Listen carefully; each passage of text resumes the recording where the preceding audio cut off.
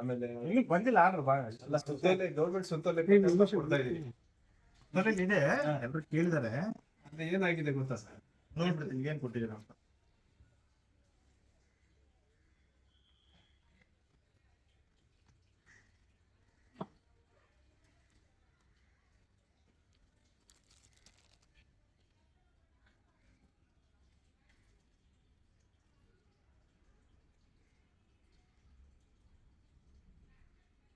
ಅದೇ ಅರ್ಜಿ ನೋಂದಣಿ ಆಗಿರೋದು ಅಂತ ಅವ್ರು ಕೊಟ್ಟಿದ್ದಾರೆ. ಅರ್ಜಿ ನೋಂದಣಿ ಆಗಿಲ್ಲ ಅಂತ ನೀವು ಕೇಳ್ತಾ ಇದ್ದೀವಿ. ನಿಮ್ಮಲ್ಲಿ ನೋಂದಣಿನೇ ಮಾಡಿಸ್ಕೊಳ್ಳಿಲ್ಲ ನಾವು. ಅದು ಜೀವ ಇಶ್ಯೂ ಮಾಡುವಾಗ ನಮ್ಮನ್ನು ಕೇಳಿದ್ರೆ ಹೇಳ್ತಾ ಇದ್ದೀವಿ ನಾವು. ಜೀವ ಇಮಿಡಿಯೇಟ್ ಮಾಡಲ್ಲ, ನಮ್ಮಿಂದೆಲ್ಲ ಇದು ತಗೊಳಲ್ಲ, ಅವ್ರ ಅಭಿಪ್ರಾಯ ತಗೊಂಡೆ ತಾನೇ ಜೀವ ಮಾಡಿ ಕೊಡ್ತಾ ಇದ್ದೀವಿ. ಸರ್ ಆಮೇಲೆ ರಿಲ್ಯಾಕ್ಸೇಷನ್ ಅಂದ್ರೆ ಯಾವ ರೀತಿ ಕೊಡ್ತಾ ಇದ್ದೀರಾ? ರಿಲ್ಯಾಕ್ಸೇಷನ್ ಕೊಡ್ತಾ ಇದ್ದೀರಾ ಒನ್ ಟೈಮ್ ರಿಲ್ಯಾಕ್ಸೇಷನ್ ಕೊಡ್ತಾ ಇದ್ದೀರಾ ಸರ್? ಇದು ಯಾವ ರೀತಿ ಸರ್ ಇದು? ಇಲ್ಲ ಯಾವ್ದನ್ನ ಇವಾಗ ಟೆಂಪ್ರವರಿ ಏನಿದಾವೆ ಇಲ್ಲಿವರೆಗೂ ಅದನ್ನ one time cut off date ಕೊಟ್ಟು ಒಂದು ಅನುಕೂಲ ಮಾಡ್ಕೊಡ್ಬೇಕು ಪಬ್ಲಿಕ್ಗೆ. ಈಗ ಹೇಳ್ತೀರಾ ಇದರಲ್ಲಿ 400 ಆಸುಪಾಸು 20% ಅಂತ ಹೇಳ್ಬೋದು, 400 20% ಅಂತ ಎಷ್ಟು ಟೈಮ್ ಹೇಳ್ತೀರಾ? 20% ಯಾವುದು ನಿವೇಶನ ಇಶ್ಯೂ ಆಗಿರೋದು ಇಲ್ಲಿ ಇಶ್ಯೂ ಆಗಿರೋದು 31/5/2020 ಒಳಗಡೆ ನೀವು ಇದಾದ್ರೆ ಅಂತ ಇಶ್ಯೂ ಆಗಿದೆ. ಇದು ಜೀವ ಆಗಿರೋದು. ಯುಡಿಡಿಯಿಂದ ಇಶ್ಯೂ ಆಗಿರೋದು. ಜೀವದಲ್ಲಿ ಯುಡಿಡಿಯಿಂದ ಇಶ್ಯೂ ಆಗಿರೋದು ಅದು. UDD ಬೆಳಗ್ಗೆ ಹೊರಗೆ ಬಂದಿದ್ದೇವೆ. ಇವತ್ತು ಟೈಮ್ ಬಂದಿದ್ದೇವೆ, ಡಿಸ್ಕಸ್ ಮಾಡ್ತಿದ್ದೇವೆ. ಏನು ರಿಲ್ಯಾಕ್ಸ್ ಮಾಡಿಸ್ತಾ ಇದ್ದೀರಾ? ಒನ್ ಟೈಮ್ ಸರ್ವಿಸ್ ಕೊಡಿ ಸರ್. ಅವ್ರು ಹೇಳ್ಬಿಡ್ಲಿ ಎಲ್ಲಿಂದ ಇಶ್ಯೂ ಆಗಿದೆ ಕ್ಲಾರಿಫಿಕೇಶನ್ ಕೇಳ್ತೀವಿ. ನಮ್ಗೆ ಹೆಂಗ್ ಬೇಕು ಅವಶ್ಯಕತೆ ಡಿಮ್ಯಾಂಡಿಂಗ್ ಇದೆ ಅನ್ನೋದು ಈಗ ನೀವು ಲೆಟರ್ ಕೊಟ್ಟಿದ್ದೀರಿ, ಬೇರೆಯವ್ರು ಲೆಟರ್ ಕೊಟ್ಟಿದ್ದಾರೆ. ಇನ್ನೊಂದು ಏನಾಗುತ್ತೆ ಅಂದರೆ, ಈಗ 4/4/2024 ಯಾವುದಾದ್ರೂ ರಿಲೀಸ್ ಆಗಿಲ್ಲ, 31 ಆದಮೇಲೆ ಅದಾಯಿತು.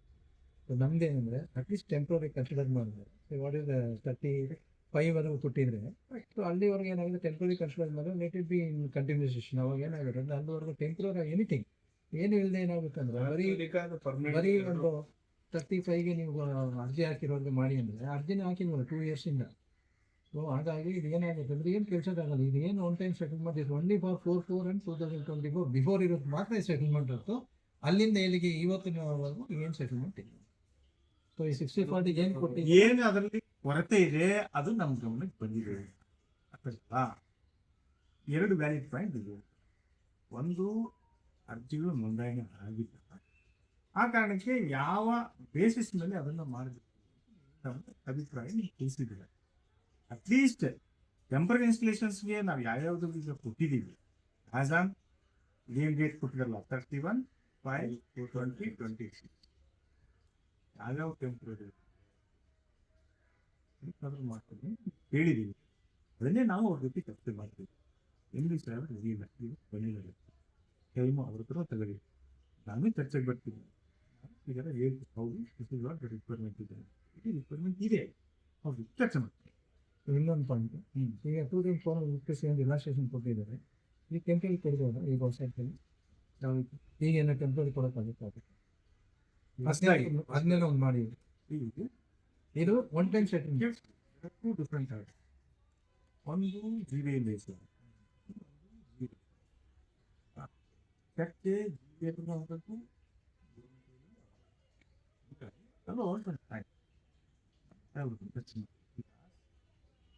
ನಾವು ಯಾಕೆ ಕನೆಕ್ಷನ್ ಕೊಟ್ಟಿಲ್ಲ ಅಂದರೆ ಅದ್ರ ಪ್ರಕಾರ ನಾವು ಹಂಗಾಗಿ ಜಿವಿಯೊಬ್ಬರು ಚರ್ಚೆ ಮಾಡಬೇಕು, UDD ಚರ್ಚೆ ಮಾಡಬೇಕು. ಈ ಸರ್ಕ್ಯುಲರ್ ಔಟ್ಕಮ್ ಬರೋಕ್ಕೆ ಇನ್ನೊಂದು 15 days ಆಗ್ಬೋದು. ಟೈಮ್ ಲೈನ್ದು ನಮ್ಮ ಕಷ್ಟ, ಬಟ್ ಚರ್ಚೆ ಅಂತೂ ಮಾಡಬೇಕು. Before coming the circular some alternative has to be done ಅಂತ ಈಗ ಅದನ್ನ ಚರ್ಚೆ ಮಾಡ್ಬೇಕು. ಈಗ ನಮ್ಗೆ ಕರೆಕ್ಟಾಗಿ ಸಾಹೇಬ್ ಸಿಕ್ಕಿಲ್ಲ, ಇನ್ನು ಚರ್ಚೆ ಮಾಡ್ಬೇಕು. ಈಗ ಸರ್ಕಾರ ಆದೇಶ ಆದ್ಮೇಲೆ ಚರ್ಚೆ ಮಾಡಿ ಬದಲಾಯಿಸಕ್ಕಾಗುತ್ತೆ ಸರ್? ಚರ್ಚೆ ಚೇಂಜ್ ಆಯ್ತಲ್ಲ ಈಗ. ಯಾವ ಚೇಂಜ್ ಆಗಿದೆ ಸರ್? ಮಾಡಿದಾರಲ್ಲ ಸರ್, ಆ ಬೇಸ್ ಮೇಲೆ ಆರ್ಡರ್ ಕೊಟ್ಬಿಟ್ರೆ ನೀವು ಸರ್ ಏನ್ ಬಂದ್ರೆ ಸರ್ಕಾರದ ಇದು ಬಂತು ಸೇಮ್ ಅದನ್ನೇ ಈಗ ಡಿಸ್ಕೌಂಟ್ ಮಾಡಿ ಈಗ ಡ್ರಾಫ್ಟಿಂಗ್ ಎಲ್ಲ ಕಡೆ ಓಡಾಡ್ತಾರೆ. ನಮ್ಗೆ ಗೊತ್ತಿಲ್ಲ. ಇದು ಹೇಳ್ತದಲ್ಲ ಕಾಪಿರೈಟ್ ತರ ಒಂದಿನ ನೇಮ್ ಹಸ್ ಬೀನ್ ಚೇಂಜ್. ಹೌದೌದು, ಲೇಬಲ್ ಮಾತ್ರ ಆದೇಶ ಬಂದಾಗ ನಾನು ಇನ್ನು ಮಾಡ್ಬೇಕಾಗ್ತದೆ, ಸರ್ಕಾರದ ನಿರ್ದೇಶನ ನಾನು ಪಾಲಿಸ್ಬೇಕಾಗ್ತದೆ. ಅಟ್ ದ ಸೇಮ್ ಟೈಮ್ ನೀವೇನು ಅಪೀಲ್ ಮಾಡಿದ್ರಿ ಅದನ್ನ ನಾನು ಕೇಳಬೇಕಾಗ್ತದೆ. ಯಾಕಂದ್ರೆ ಇನ್ನೊಂದು ಮಾಹಿತಿ ಕೊಟ್ಬಿಡ್ತೀವಿ. ತುಷಾರ್ ಏನಾದ್ರು ಆಲ್ರೆಡಿ ಬೆಸ್ಕಾಮ್ ಇಂಡಿಯಾಗಿದ್ದವರು, ಈ ನೋಸ್ ಎವ್ರಿಥಿಂಗ್. ನೀವು ಅದನ್ನ ಸ್ವಲ್ಪ ವಿವರಣೆ ಮಾಡಿ ಹೇಳ್ಬಿಟ್ರೆ something will be there. Definitely ಅದನ್ನ ನಮ್ಮ ಡ್ಯೂಟಿ ಏನಿದೆ ನಾವು ಖಂಡಿತ ಮಾಡ್ತೀವಿ. ಅದು ಒಂಚೂರು ಮುಟ್ಸ್ಕೊಂಡ್ ಮಾಡಿದ್ರೆ ಅದು ಒಂಚೂರು ಏನೋ ಚೇಂಜಸ್ ಬರ್ಬೇಕಂತಷ್ಟೇ. ನಮ್ಮ ಪಾಯಿಂಟ್ ಇಷ್ಟೇ, ಅಟ್ಲೀಸ್ಟ್ ಟೆಂಪ್ರರಿ ಕೊಟ್ಟಿರೋರ್ಗು ಒನ್ ಟೈಮ್ ಸೆಟಲ್ಮೆಂಟ್ ಅಂತ ಏನು ಮಾಡಿದ್ರೆ ಅದು, ಅಥವಾ ಈ ಕಟ್ ಆಫ್ ಡೇಟಲ್ಲಿ ಯಾವ್ದು ಅರ್ಜಿ ರಿಜಿಸ್ಟರ್ ಮಾಡಿಲ್ಲ, ಅಥವಾ ನೀವು ಕೊಡೋ ಸುತ್ತೋಲ ಡೇಟಿಂದ ಅಲ್ಲಿವರೆಗೂ ಟೈಮ್ ಕೊಟ್ಟರೆ ನಾವು ಅಟ್ಲೀಸ್ಟ್ ಆವಾಗ ಸ್ವಲ್ಪ ರಿಜಿಸ್ಟರ್ ಮಾಡ್ಬೋದು ಅಂತ. ಸೊ ಇದು ಎರಡು ಕನ್ಸಿಡರ್ ಫಿನಿಶಿಂಗ್ ಆಗಿರೋ ಬಿಲ್ಡಿಂಗ್ ಅಟ್ಲೀಸ್ಟ್ ನಿಮ್ಮ ಸರ್ಕ್ಯುಲರ್ ಬರೋಕೆ ಒಂದು ತಿಂಗಳಾದ್ರೂ ಅಲ್ಲಿವರೆಗೂ ನಾವು ರಿಜಿಸ್ಟರ್ ಮಾಡ್ಕೊಳ್ತೀವಿ. ನಿಮ್ಮ ಇಂಧನ ಇಲಾಖೆ ಸುತ್ತೋಲೆ ಹೊಡಿಸೋದ್ರಲ್ಲಿ ಏನೀಗ 30-40 ವರ್ಗು 1200 ಚದರ ಅಡಿವರೆಗೂ ಅಂತ ಕೊಟ್ಟಿದ್ರು. Steel 3 upper floors. ಈಗ 4-5 ಇದೆ, ಅದಕ್ಕೂ ಏನು ಹೆಂಗೆ 30-40 ಅದನ್ನೇನು ಡೀಟೇಲ್ಸ್ ಹೇಳಿಲ್ಲ. ಮತ್ತು ನಮಗೆ ಈಗ 2400 ಚದರಡಿ ಮಾಡಿದ್ದಾರೆ. ಈಗ ಒಳಗಡೆ ಏನ್ ಮಾಡಿದ್ರು ಒಟ್ಟು ಪದಪ್ಲೇ ಅಂದರೆ ಇಲ್ಲಿಂದ ಇಲ್ಲಿವರೆಗೂ ಅಂತ ಕೊಟ್ಟಿದ್ದಾರೆ. ಕರೆಕ್ಟ್ 2004 ಕೊಟ್ಟಿದ್ದಾರೆ. 30-40 ಇಂದ 30-50 ಎಲ್ಲ ಬರುತ್ತೆ, ಕನ್ಸಿಡರ್ ಆಗುತ್ತೆ.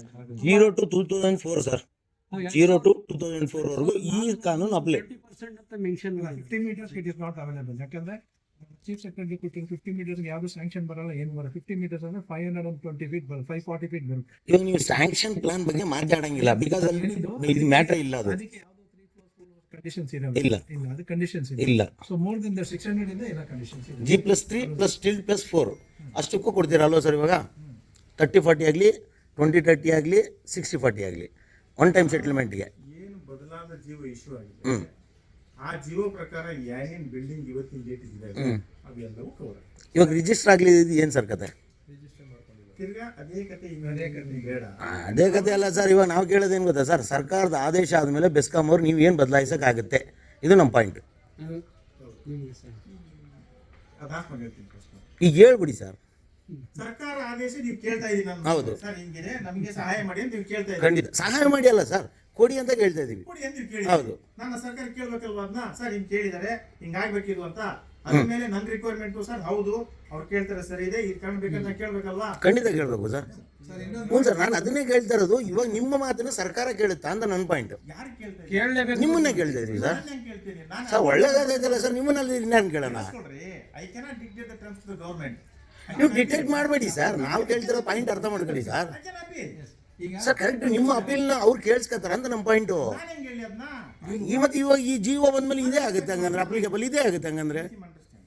ಸರ್ ನನಗೆ ಅಂಡರ್ಸ್ಟ್ಯಾಂಡ್ ಆಗಿದೆ, ನನಗೇನು ಅಂಡರ್ಸ್ಟ್ಯಾಂಡ್ ಮಾಡಿಸೋದು ಬೇಡ. ಅರ್ಥ ಆಗಿದ್ರೆ ನಿನಗೆ ಅರ್ಥ ಆಗಿಲ್ಲ ಅದು. ನಾನು ಸರ್ಕಾರಕ್ಕೆ ಸರ್ ಇದು ಕೇಳ್ತಾ ಇದ್ದಾರೆ, ಹಿಂಗೆ ಆಗ್ಬೇಕಿದು, ಇದು ಅವಶ್ಯಕತೆ ಇದೆ ಅಂತ ನಾವು ಕೇಳ್ತೀವಿ. ಓಕೆ, ಕನ್ಸಿಡರ್ ಮಾಡೋದು ಬಿಡೋದು ಯಾರು ಬಿಟ್ಟಿದ್ದು?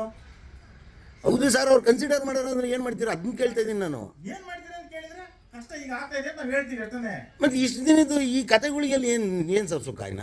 ಅಲ್ಲಪ್ಪ, ಅವ್ರೇನಾದ್ರು ಜೀವ ಮಾಡೋ ನಮಗೆ ಕೇಳಿದ್ರೆ ಅಥವಾ ಅಲ್ಲ ಸರ್, ಇವಾಗ ಕಂಪನಿ ನಿಮ್ಮದು ಅಲ್ಲ ಸರ್, ಕಂಪನಿ ಮುಖ್ಯಸ್ಥರು ನಿಮ್ಗಳ್ನ ಕೇಳಿದಂಗೆ ಸರ್ಕಾರ ಆದೇಶ ಹೊರಡ್ಕೊಡ್ತಂಗಂದ್ರೆ ಇದನ್ನು ಹೇಳ್ತೀನಿ, ಜಾಸ್ತಿ ಮಾತು ಬೇಡ ಸರ್. ನೋಡಿ, ಈ ಜಾಸ್ತಿ ಮಾತು ಬೇಡ, ಇದೆಲ್ಲ ಈ ಥರ ಎಲ್ಲ ಮಾತಾಡ್ಬಿಡಿ ದಯವಿಟ್ಟು. ಅಲ್ಲ, ಮತ್ತೆ ನಾನು ಹೇಳ್ತಾ ಇದ್ದೀನಿ, ಮತ್ತೆ ಜಾಸ್ತಿ ಮಾತು ಬೇಡ ಅಂದ್ರೆ ಏನು ಅರ್ಥ ಹಂಗಂದ್ರೆ? ನೀವು ಹೇಳ್ತಿರೋದು ಅಲ್ಲ, ನೀವು ಹೇಳ್ತಿರೋದು ಏನು ಅರ್ಥ ಹಂಗಂದ್ರೆ? ನಾನು ಹೇಳೋದು ಏನು ಅಂತ ಹೇಳಿದ್ರೆ, ನಾನು ಸರ್ಕಾರಕ್ಕೆ ಅಂದ್ರೆ ನಾವೇನು ಪ್ರಶ್ನೆ ಮಾಡಬಾರ್ದು ಅಂತ ಹಂಗಂದ್ರೆ, ಮತ್ತೆ ಜಾಸ್ತಿ ಮಾತಾಡಬಾರ್ದು ಅಂದ್ರೆ ಏನರ್ಥ? ಏನ್ ಮಾಡ್ತೀರಿ ಅಂತ ಕೇಳಿದ್ರೆ ಹೌದು ಸರ್, ಮುಂದಿನ ಸ್ಟೆಪ್ ಏನು ಸರ್ ನಿಮ್ದು? ಮೇಲೆ ಬರಿತೀವಿ ನಾವು. ಅದೇ ಬರೀತೀರಾ, ಬರೀ ಈ ಲವ್ ಲೆಟರ್ಗಳು ಬರ್ಕಂಗೆ ಕೂತ್ಕೊಳ್ಳೋದೇ ಆಯ್ತಲ್ಲ 1 ವರ್ಷದಿಂದ, ಬರೀ ಇಲ್ಲಿಗೆ ಆಗೋಯ್ತಲ್ಲ, ಮುಂದಕ್ಕೇನು? ಆಯ್ತಪ್ಪ, ವಾಟ್ ಇಸ್ ಯುವರ್ ಸಜೆಷನ್? ನಾವೇನಕ್ಕೆ ಸರ್ ಸಜೆಷನ್ ಕೊಡೋಣ? ನೀವು ದೊಡ್ಡ ಸಂಘದಲ್ಲಿ ಕೂತಿದ್ರೆ ನೀವು ಕೊಡಿ ಸರ್ ಸಜೆಷನ್ನ.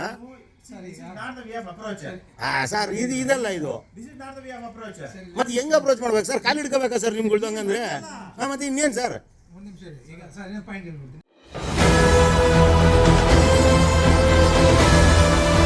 ನಿಮ್ಮ ವಾಣಿ, ಇದು ಕನ್ನಡಿಗನ ಧ್ವನಿ.